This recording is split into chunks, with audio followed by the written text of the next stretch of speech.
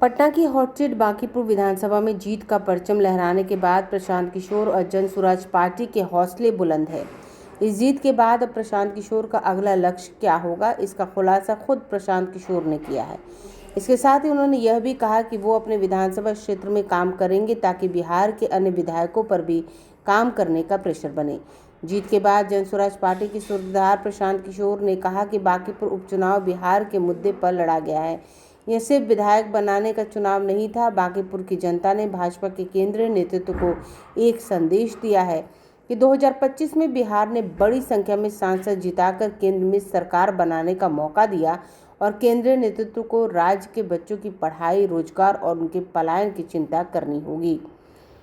प्रशांत किशोर ने कहा, इस चुनाव में भाजपा का 30 सालों का गढ़ 30 दिनों में ढह गया है। यह संदेश है कि बिहारियों को 4-5 किलो अनाज देकर और जाति के नाम पर मत नहीं दिया जा सकता है। गुजरात से 25 सांसद जीत कर गए हैं। पीएम गुजरात की जितनी चिंता करते हैं, बिहार से भी 30 से ज़्यादा सांसद जिताकर लोगों ने भेजा है, इसलिए वे बिहार की भी चिंता करें।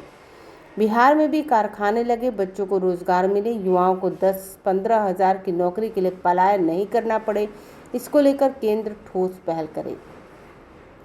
प्रशांत किशोर ने कहा कि बिहार की जनता अपने बच्चों और राज्य का विकास चाहती है। बांकीपुर जीतने वाले व्यक्ति को मोदी ने पार्टी का राष्ट्रीय अध्यक्ष बनाया है, यह गौरव की बात है। इसके बावजूद बांकीपुर में भाजपा की करारी हार का मतलब बिल्कुल साफ है कि बिहार के नेतृत्व की जिम्मेदारी जिसको दी गई है वो बिहार के लोगों को स्वीकार नहीं है।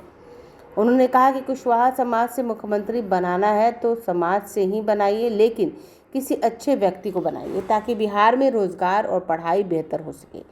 प्राथमिकता यह है कि अगले 3 महीनों में बांकीपुर में आपको बदलाव दिखेगा। मेरी कोशिश होगी अगले 1-2 वर्षों में बांकीपुर को आदर्श विधानसभा के रूप में रखा जाए ताकि बिहार के 242 अन्य विधायक हैं, उन पर लोकतांत्रिक दबाव बने कि चुना हुआ प्रतिनिधि क्या कर सकता है। प्रशांत ने कहा कि राजनीति में आने के इच्छुक युवाओं के लिए बांकीपुर का परिणाम आईना है। यह धारणा टूटी है कि बिहार में जाति का बंधन नहीं तोड़ा जा सकता और 2 धारा से अलग राजनीति नहीं हो सकती। उन्होंने कहा कि सभी जिला क्षेत्र और वार्ड में जन स्वराज दलगत आधार पर चुनाव लड़ाएगा। सभी जिला परिषद के चेयर हमारे नेता बने, यह पार्टी का अगला लक्ष्य है।